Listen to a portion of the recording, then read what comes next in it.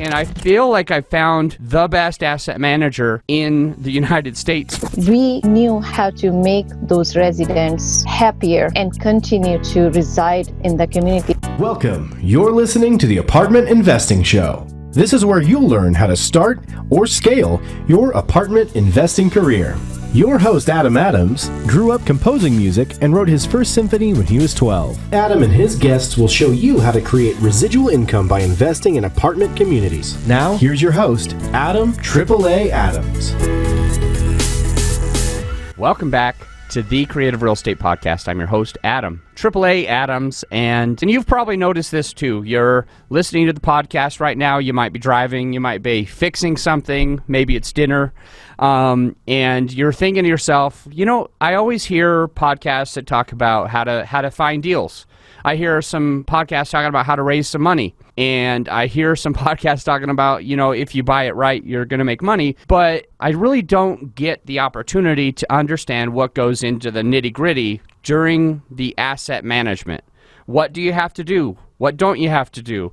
What makes you be able to make money on this asset? Now, within the multifamily industry, the industry that I work in, I think this is incredibly important today more than ever.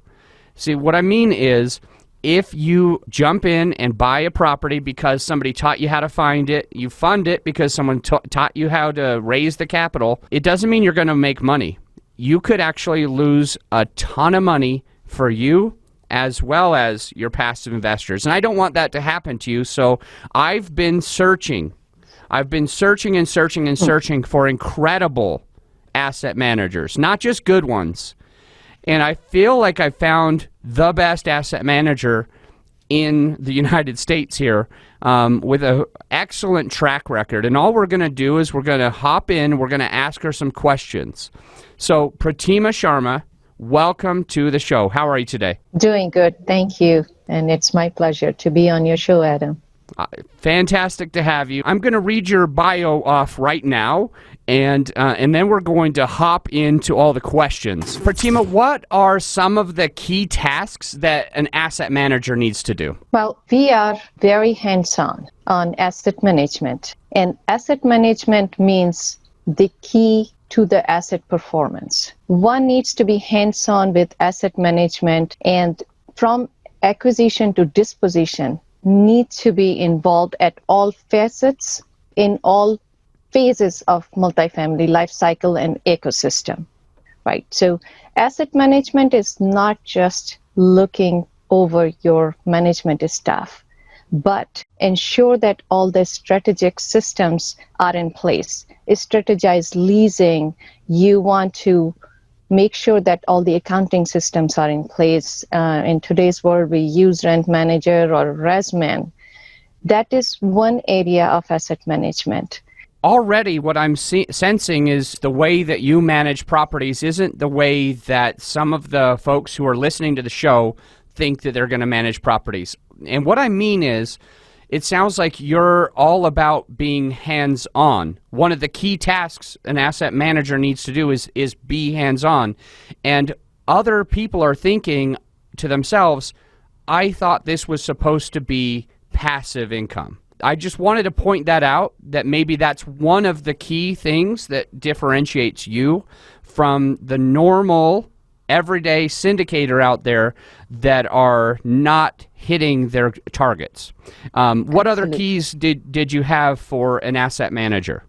So not only just the asset, you want to make sure the residents are satisfied, that your residential communities are thriving, right? That is what makes the difference. This results in excellent property value. Your well-managed properties with optimum rents and happy residents. And happy residents. Okay. Is that important? I mean, if you're running a management, is it supposed to be all business, or are you supposed to have a community of happy residents? What would you say? It is both. You need to have a cohesion among the two. All right. Love it. Love it. So one thing that I wanted to ask you is just kind of give me an example of how your assets have performed. What would you say? You've been managing properties for quite a while, so how have yours performed? I'll put you right on the hot seat right here, right now. Sure, Adam. So we have met or beat our projections so far. Let me give you an example. We took over our very first property to a full circle, from acquisition to refinance, and then we sold it. It was a 55-door property. We brought on a full-time manager as opposed to a part-time manager in order to... That's interesting with the 55 unit. Right. That was the need in that sub-market and the type of distress asset it was. It was very much needed. And then we provided much needed upgrades to our residents. For example, in that sub-market, getting a microwave in your unit was a big plus. LED lights to reduce the electricity cost, surveillance cameras, pergola and grills to provide that amenity to that set of residents made a big difference. What kind of grill? What was that? Pergola. Pergola grill. Right. Okay. I'll have to look that up. It's the pergola and the gazebo, in other words, you can say. Oh, yeah. Got it. Okay, cool. So kind of like a place where they can come together, maybe picnic tables, stuff like that in the middle of the community? Exactly. Okay, got it. A pergola. Yeah. I know exactly what you're saying now. I know what a pergola is. I'm sorry. I thought it was a brand name of a grill. I apologize. Keep going. I want to keep hearing you. No problem. So with all these changes, the occupancy increased from 82% to 98%. Throughout the 5 years, we kept the occupancy in 97 to 100% range. In fact, there were some residents there who were living for 22 years. They just loved that community and they continued to stay with us.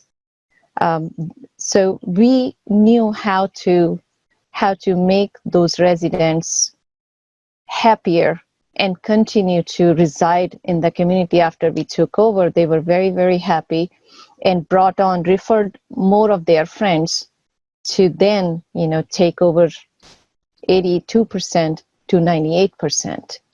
And once we sold it after refinancing, the full circle gave us 560% return in 5 years. So that's, if you put in $100,000, you basically made $105 or something like this. $110,000, $110,000 every year. Exactly. Each and every year. Each and every year. Well, that's good. That's good. If I was going to get something like that, I would invest in it for sure. I remember you said that this is your golden goose. This is like the ultimate, like, holy grail that we want to strive for. And of course, the market conditions are one thing that can help you, the listener, to be able to be more effective in your projections. And what I mean by that is that there's a lot of people right now today that are going into areas that they're basically chasing a return. Okay, so they're going and buying this thing and they say, I really need to have a 7 cap or an 8 cap or a 10 or 12 cap. They're focused on this cap rate more than they're focused on anything else. And they're going into markets that don't have excellent market fundamentals. And I always say this story. If you pick the right market and the right team and the right property, then you are in an airplane that has a tailwind. It's pushing and propelling you to go further faster. So if the airplane is putting out 500 miles per hour effort, if you're in the right market, it's like you're getting that extra 200 miles per hour. So you're really traveling at 700 miles per hour. But if you go into a market that doesn't have these same fundamentals, which some other people are going into right now. So if you're thinking about passively investing, I want you to be cautious of thinking, does this market actually have the correct fundamentals for me to be looking at? Or is the operator going to be trying to travel at 500 miles per hour, but actually has a headwind of 200 miles per hour, and they're only moving at 300 miles per hour? So it's very, very interesting. And I know this was in DFW? Yes, that is correct. DFW's been crushing it, like just been crushing it. So not only was she doing everything right, but she was doing everything right in the right market at the right time. So timing's super, super important. And you've sold 2 different properties. Is that accurate? That is correct. So the other property that you sold in 2018, how did that one perform? That one we did purchase and sold within 2 years, no refinance. It was short time, and the total returns were 200%. Okay, so if I put in $100,000, 2 years later I would have had $300,000. Correct. Oh my gosh. All right, so what we need to do now is we need to figure out if you've ever had a challenge. Did you ever, like in asset management, did you ever have a challenge that you had to face within your asset management role? Yes, there are challenges every day. You look at these returns, and it's not always this glory story. We reach to that glory after crossing through multiple challenges. And let me a great example from day one, before we acquired a property. In this case, we saved several $100,000 in penalty during closing of one of our properties. So imagine this, 8 days left for closing.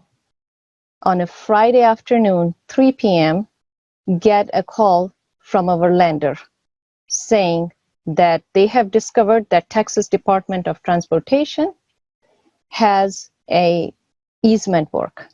In other words, eminent domain. And we struggle to learn that word, eminent domain. What does that mean? Well, eminent domain is the right of a government to take private property for public use with payment of compensation. So now, Texas Department of Transportation had a project to add a sound barrier next to the highway, in between the highway and our property. Lender said, well, this requires a new survey, and we weren't aware of it. The seller never informed us about this prior to purchasing. We had big time-bound rate lock, situation where if we didn't close the property by next Friday, we were going to have a penalty of more than $300,000. So we got our ducks together, arranged for a survey over the weekend.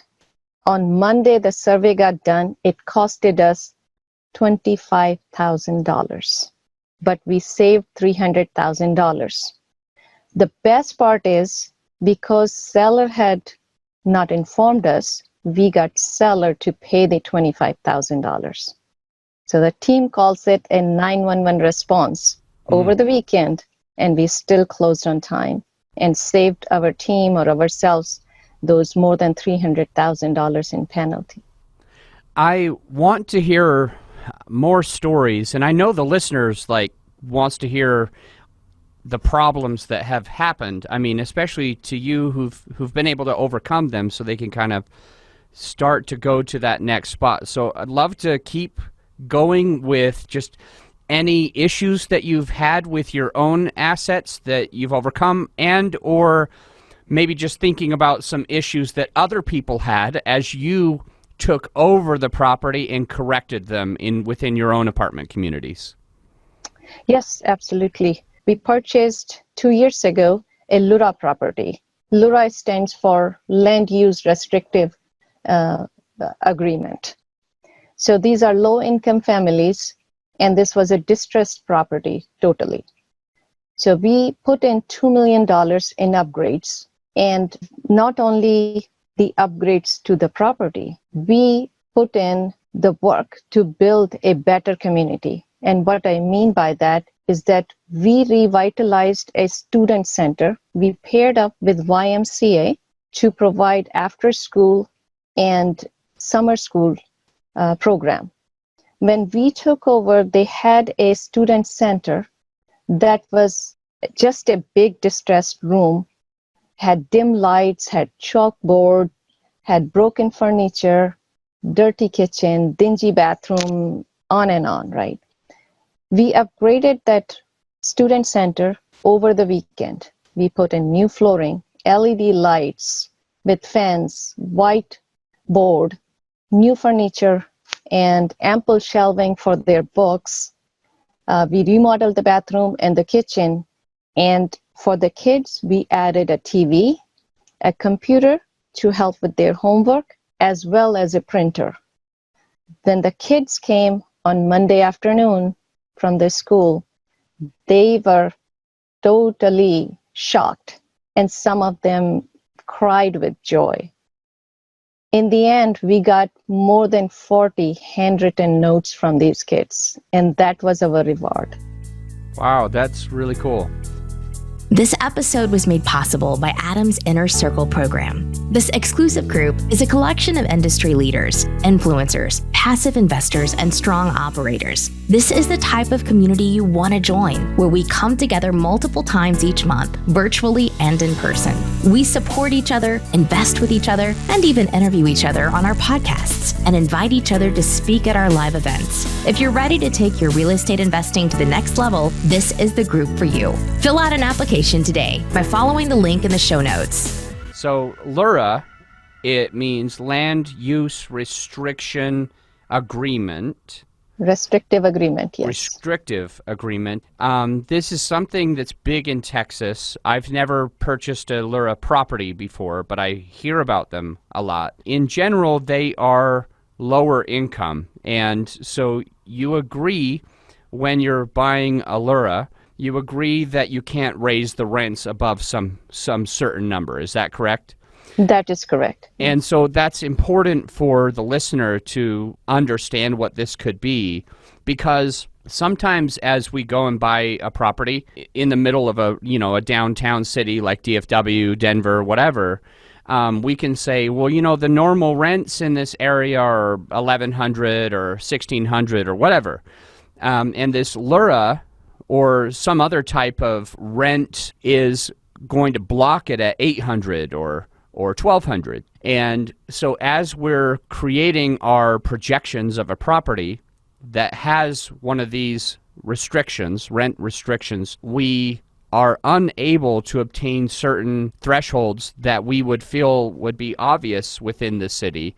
But if we didn't notice that you can't raise the rents above a certain number, this is something where you could start really losing money. So as you go and purchase your next property, this is to anybody listening right now, as you go and purchase your next property, one of the few things that you want to add to your due diligence checklist is going to be understanding if they have things like this in place.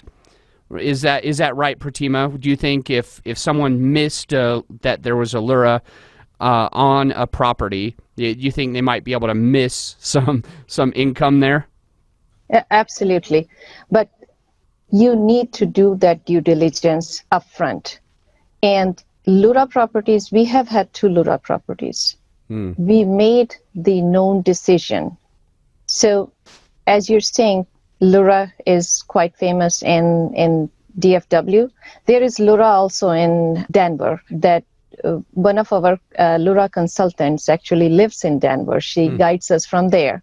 So we make sure that we have support from the consultants on what we need, and that the LURA rents are not going to impact us from raising the rents after we put in our upgrades.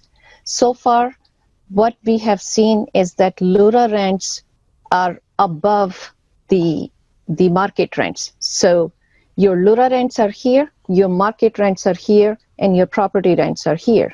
So you upgrade your units, you meet the market, you do not touch the ceiling of LURA rent. If that is the case, then it is a win-win situation.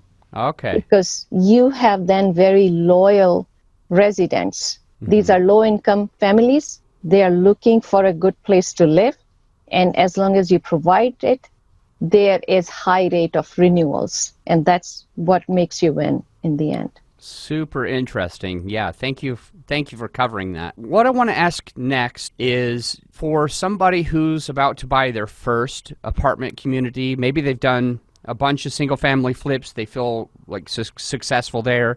They might have a couple of rentals, and they're ready for the challenge. They're ready to go purchase one of these larger properties.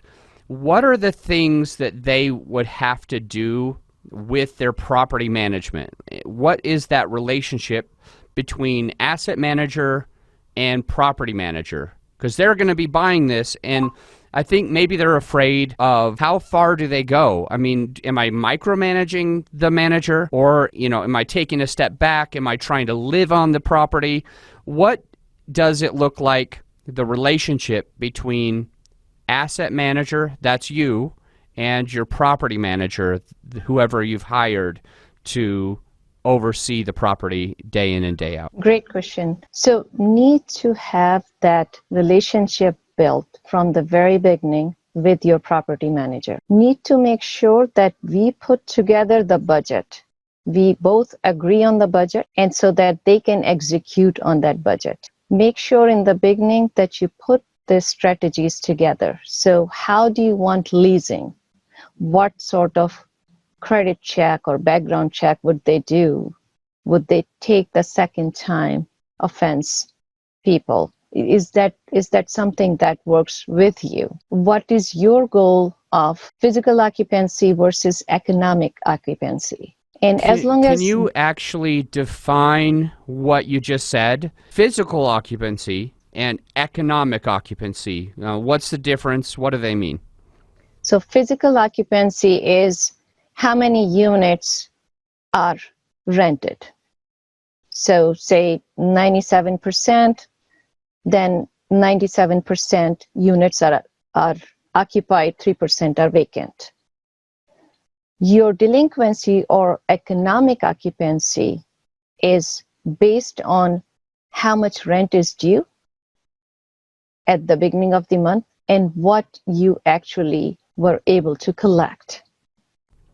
So okay, so if somebody is going to buy a property and the seller says the occupancy is 95%, that doesn't necessarily mean that they're collecting the 95% of potential rent. Is that what you're saying? absolutely. And we always, when we go in the market, when we are looking at a property, we don't look at physical occupancy as much. That is our secondary check. First one is the economic occupancy, because that tells you what the financials are, where you need to put focus in order to bring the property up. If there are, for example, say economic occupancy is only 80%. Now you know that 20% of the residents on that property, you need to take an action. Either you're not going to renew because they are not good paying residents, or you need to teach them, that they need to pay on time or pay the late fees. Got it. I wanted to ask, the one thing that I want to pull out or extract from you is a few of the ways that you've been able to increase the income on the property through supplementary ways of pulling in money. For instance, pet rents or laundry or something like that you were able to add, and kind of just tell us how you implemented that strategy to increase your overall income without just touching the rental amount. Yes, great. So one of the very easy ones to do when you take over a property is the reserve parking income. It doesn't require you to construct anything or upgrade anything. If someone is, or the current seller is not taking advantage of having reserved parking, which everybody loves, you start that. In Texas, recently we have been getting a lot of hails.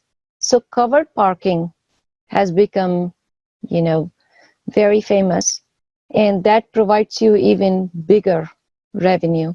Okay, I love that. And I really like the thought around reserved parking.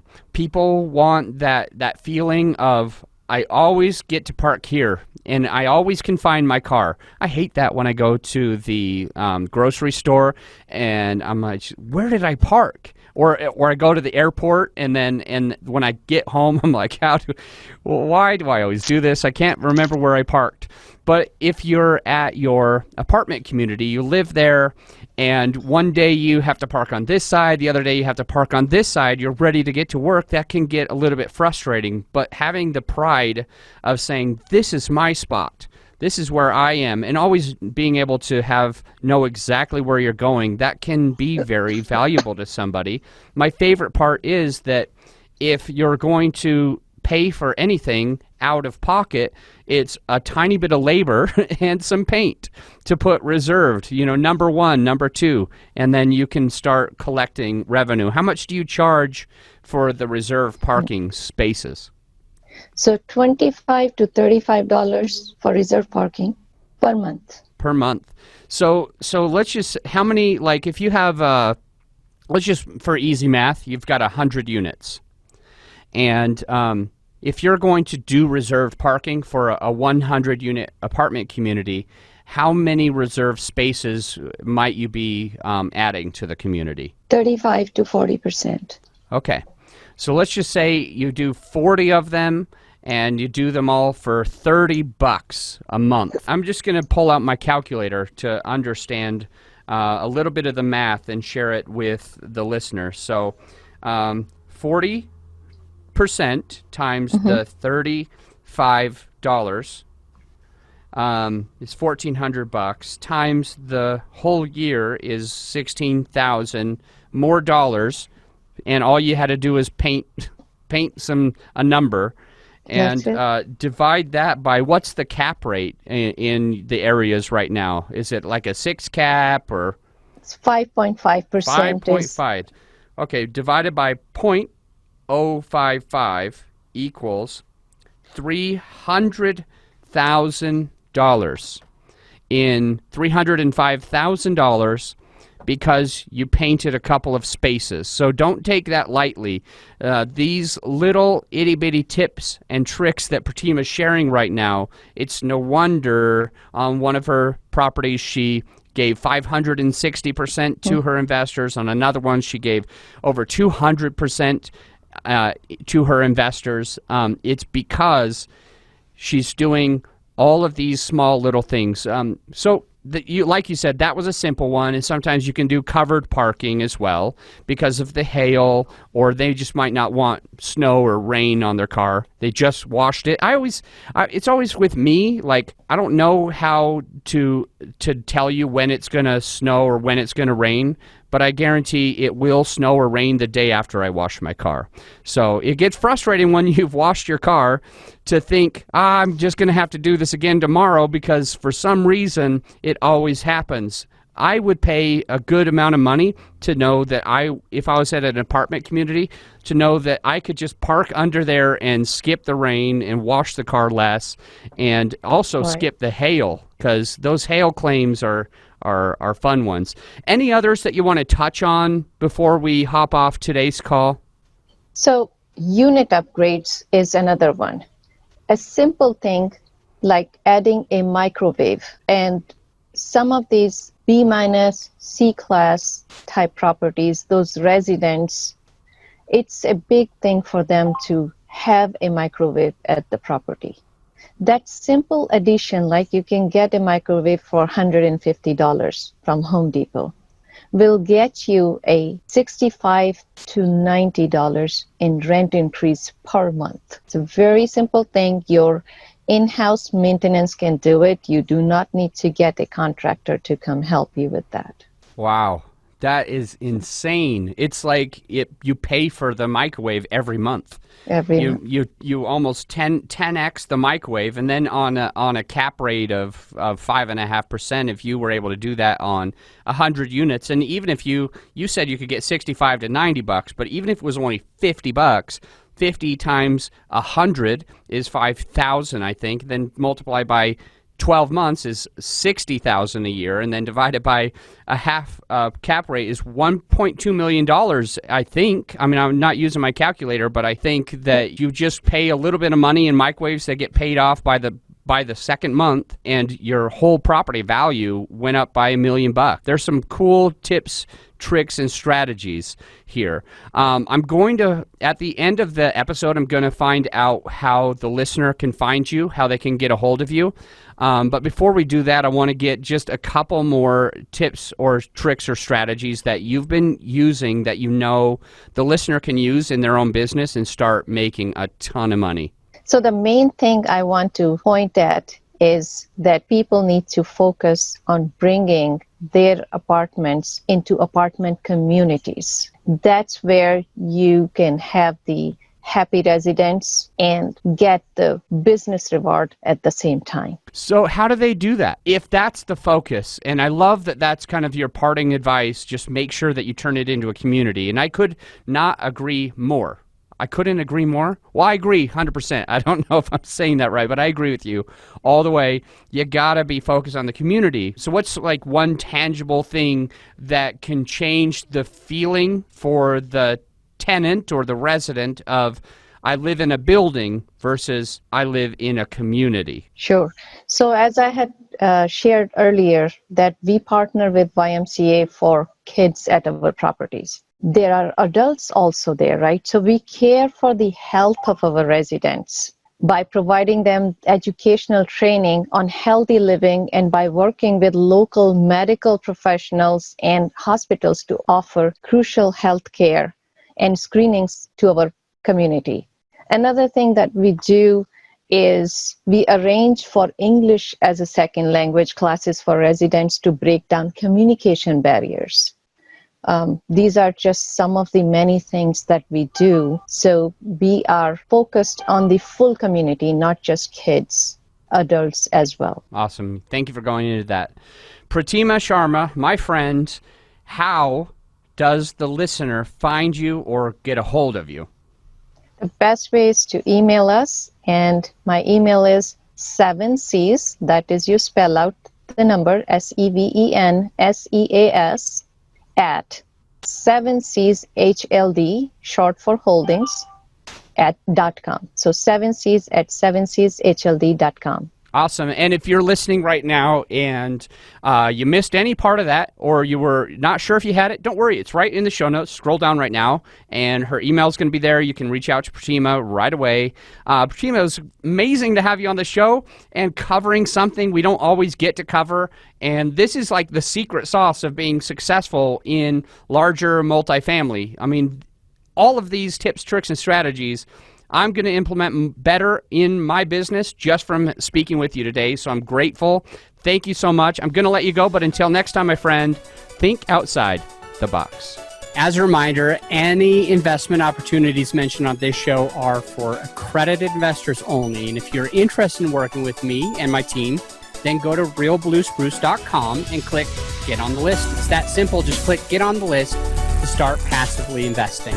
This has been an episode of the Apartment Investing Show with me, Adam Adams. All rights are reserved, and if you haven't done so already, then make sure that you absolutely smash that subscribe button, and I'll see you on the next episode.